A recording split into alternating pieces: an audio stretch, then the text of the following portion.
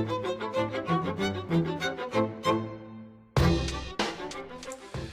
guys, I'm going to show you how to use safety wire pliers by safetying these two bolts right here.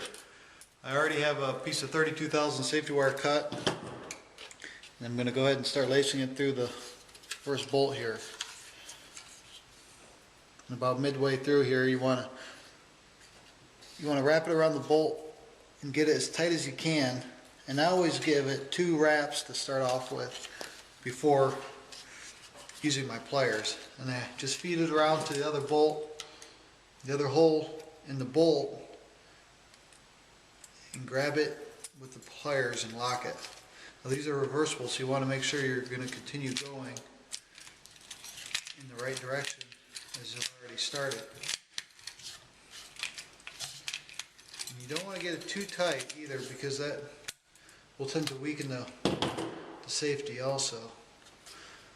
And if you're a little bit short, you can always add an extra twist, kind of like I'm doing here.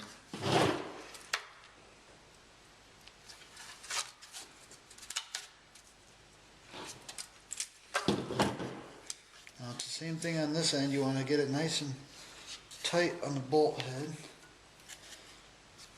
You can make a pigtail. You can do the end with the safety wire pliers too if you want. At the very end, I give it a nice little pull and a twist, a little barrel roll at the end. It gives it one extra little tightening wrap. Cut the excess off. You want to bend this around so that you don't catch your hand on it later on, and voila, it's a beautiful safety. And this is considered a positive safety because it's keeping the bolt from loosening. If you look at it, it's not going to want to loosen, and this is nice and tight. You don't want it to have any bows or kinks in it. And these are the pair of pliers I always use.